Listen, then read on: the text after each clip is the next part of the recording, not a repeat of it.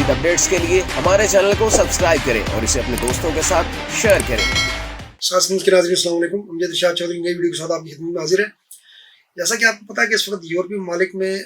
جو ہے تارکین وطن کی تعداد کم کرنے کے لیے ہر ملک جو اپنی پالیسی کو جو ہے سخت کرتا جا رہا ہے، اور اس میں اسائلم والوں کے لیے بہت سے مسائل پیدا ہو رہے ہیں جن لوگوں نے اسائلم پر وہاں پر پرمٹ حاصل کیے ہیں۔ تو اب آج ہم جو ایک ملک کی بات بتا رہے ہیں، یورپی ملک کی، ویسے بھی اس کی امیگریشن پالیسی سخت ہے، اتنی سخت ہے کہ وہاں پر افرادی قوت کی قلت پیدا ہو چکی ہے۔ وہاں کی کمپنیاں حکومت سے کہہ رہی ہیں کہ جی ہمارے لیے جو ہے وہ ہمارا بزنس متاثر ہو رہا ہے، ہوٹلنگ متاثر ہو رہی ہے، کنسٹرکشن انڈسٹری متاثر ہو رہی ہے، اور اس لیے کوئی نرم پالیسی اختیار کی جائے، لیکن ایسا لگتا ہے کہ وہاں کی حکومت جو ہے اس کے لیے تیار نہیں ہے، اور وہ مزید تارکین کو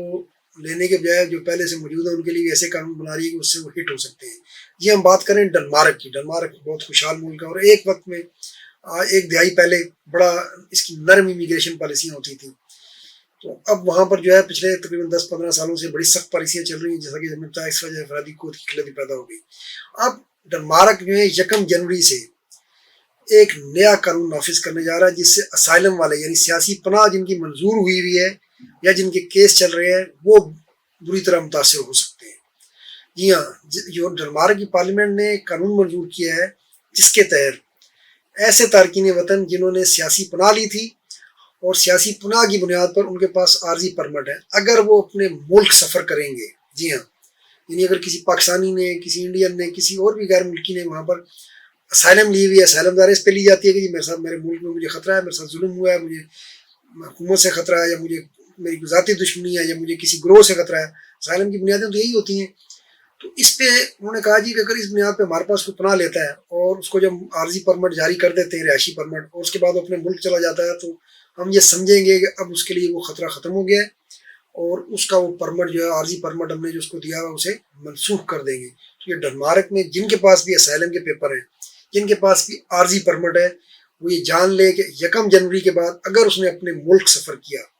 تو پھر اس کا وہ جو عارضی پرمٹ ہے اسے ڈنمارک کی حکومت ختم کر دے گی، اور اس کے ڈنمارک کے پیپر ختم ہو جائیں گے، پھر وہ اپنے ملک میں جہاں اس کا تعلق ہے پھر وہیں رہ سکتا ہے، واپس ڈنمارک کی اس کی واپسی کے دروازے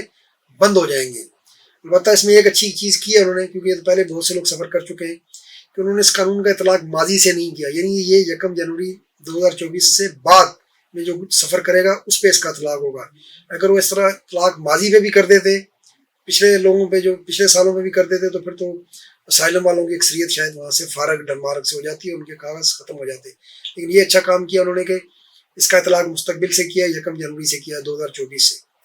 اب 1 جنوری 2024 سے اگر کوئی اسائلم کے پیپر والا بندہ، عارضی پرمٹ والا بندہ اپنے ملک جائے گا تو اس کے کاغذ ختم ہو جائیں گے۔ ہاں، البتہ جن کے پاس اب جو اسائلم کے 10 سال کے بعد یا جتنے بھی عرصے کے بعد اگر اس کے پکے کاغذ بن جاتے ہیں